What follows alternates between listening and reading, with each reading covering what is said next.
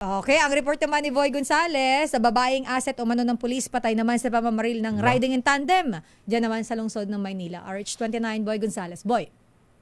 Sister Ella Lacaya Dayo, blanco pa rin ang Manila Police District sa motibo ng pagpasang sa isang asset ng police sa Rizal Avenue, de Vega Street sa barangay 312 sa Santa Cruz, Maynila.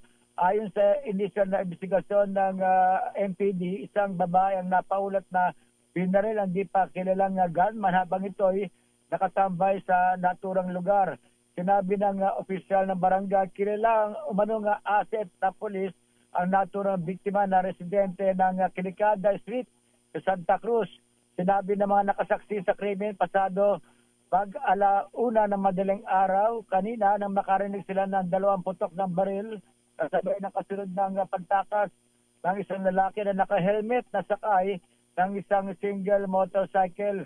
At labis naman ang pagdalamhati ng ina ng biktima at nanawagan na agad na sana'y maaresto ang mga suspect.